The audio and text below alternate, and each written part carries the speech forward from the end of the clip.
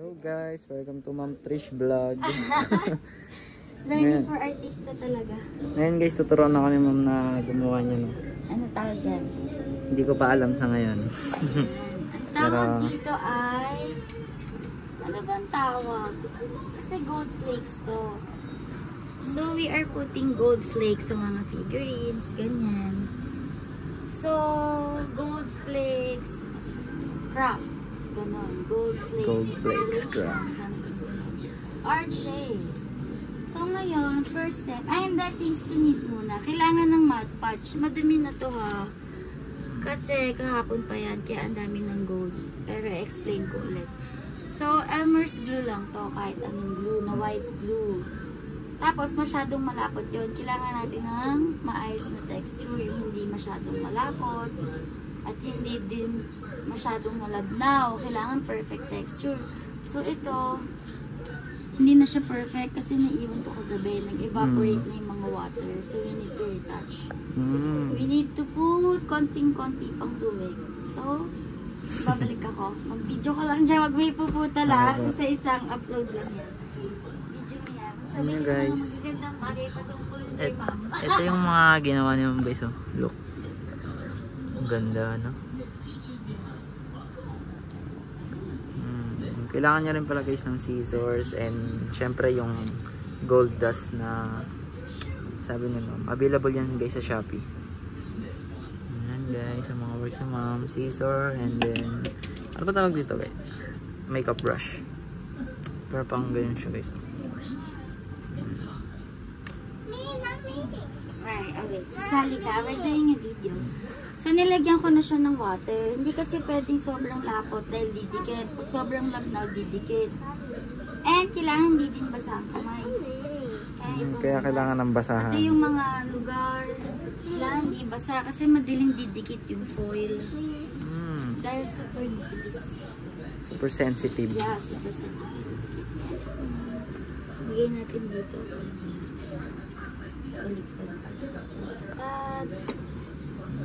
me. Ayan.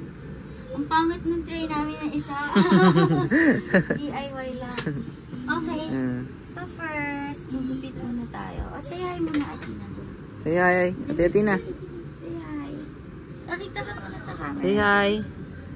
Dali, hi. Nahihiya siya guys. Mahihiya siya. Bago kasi yung cameraman nila eh.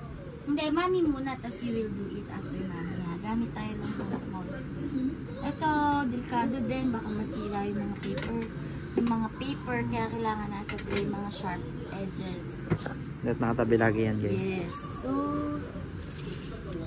kailangan susukatin mo siya kung ilan yung kailangan mo. Okay lang naman na estimate kasi pagka yung foil hindi siya sakto, namumove siya, na-adjust. So, yan ang estimate ko mga ganito siya. Pero ang ginagawa ko para tipid, hinahati ko siya sa 3. Depende kasi sa shape. Okay. Guys, ang ganda guys. Atina, can you gupit this one? Yeah. Oh, ayan ha. Careful ha. Kailangan hold mo maigi. Kagaya ng ginawa ni Mami. 1, 2, 3. Okay? Ganyan. Yep. Sige. O, ngayon, I'll teach you na. Kailangan yung foil nakadikit lagi sa wax, hindi mo siya tatanggalin. O, tapos ito, dapat smooth. I use a makeup brush. Kailangan super lambot ng brush. Kapag yung brush mo pangit, matigas, ganun, nasisira yung foil at saka dumidikit lang siya. Kaya kailangan super soft. Pati yung pagkuha ng water, kailangan soft lang din. Ang goal, kailangan yung texture finish niya sa brush. Hindi yung ganyan, no? Parang sira-sira. Kailangan medyo absorption ng water. Pag pinahid mo siya, ganyan. Wait, kulang pa. Yung parang solid yung ilalim. Hindi pala siya pwede itayo. Bumubuka. O, basta yung ganyan. Yan. Tingnan mo. Kaya mo videohan. Yeah. Medyo ganyan. Pero, okay lang yan. Dalawang malaki lang naman. Ay, mali. Later pa pala yun. Kapag dito, okay lang naman na hindi masyado. Kasi lalagyan pa lang natin siya eh. Para dumikit yung gold. Oo, lalagyan lang. Naku, ang pangit pala ng kuko ko. Huwag mong i-video yung kuko ko ha. Ano yun? O di yan. Tatapat mo siya. Ay,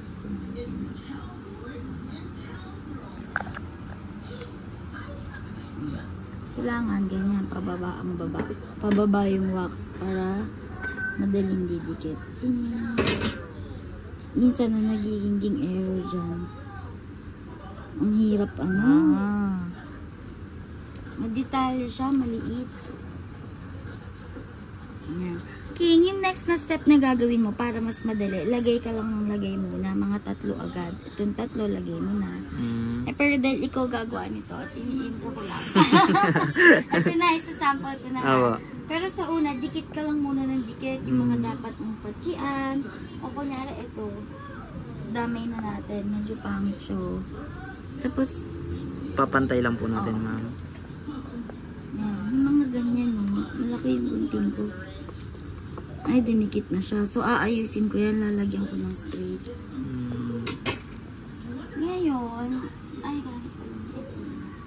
So, kunyari, ito, straight lang na ganyan ang kailangan ko para gumanda siya. Gugupit ako ng size lang ng straight. Yung ganyan.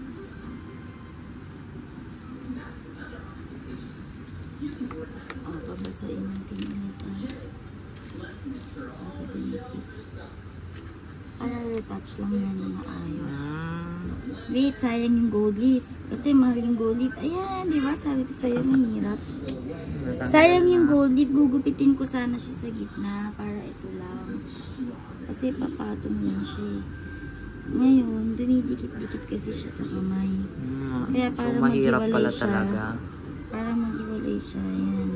Pag nagdikit na kasi yung dalawa, mahirap na. hindi mo na siya mabubuka ulit. Eh, dumidikit din sa kamay. Kaya kailangan super soft lang ng paghawak. Ayan, o, diba? Ang sirap. Tapos,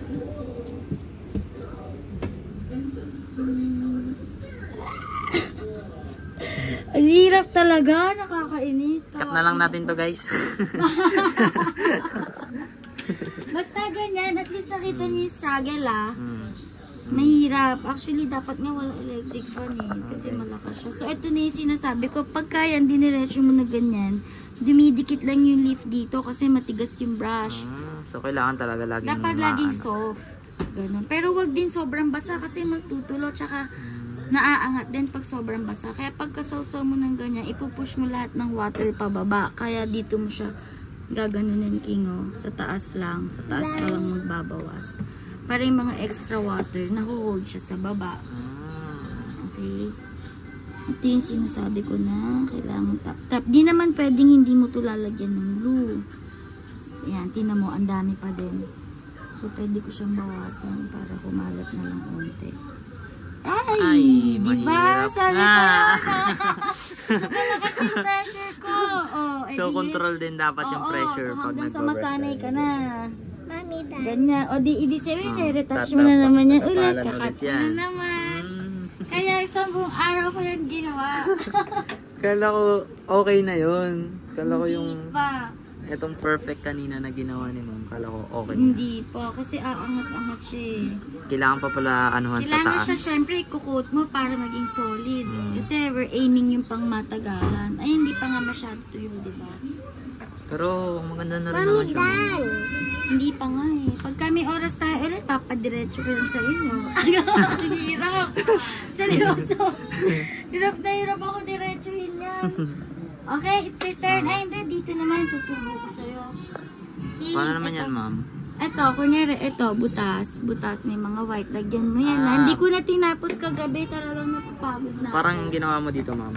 Oh, ito, tinan mo to. Walang butas. Pero kagaya niya, nakaangat pa siya. Kailangan basain mo siya onte para walang lobo-lobo. Okay. Pagkatapos na yan, guys, iba na brush ulit yan. Super soft na brush para yung mga sobrang flakes matanggal. Yun yung ginawa ko kanina, diba? Opo. So yun guys, sana may natutunan kayo sa pag-ano. Oh, patingin nga yung ginawa ni Athena. Wow! Galing nga. Oh, gamitin mo yan, King, ha? Okay po. Galing ni Athena.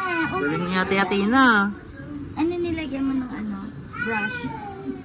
Ayan, marunong. Wow, very good ah. Galing nga ako nga picture ko siya. Ang ganda yung hiko. Manang mana sa mami ah. Ang galing ah. Siya pa nag-cut nito, oh. Alam niya yung ginagawa, oh. Sige na, say bye-bye na to the video. Bye-bye, hello Athena World. Ah. Say bye-bye, dali. Super shy kami. Alam mo sa'yo siya nahihiya.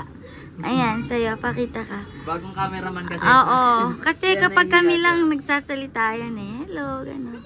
Ayan, patapos na yung bahay namin. Pero, magulo pa, kaya magbablog kami ng hiwalay na vlog. Okay, bye-bye! Bye, guys! Bye! Bye! Okay na yan, bye-bye!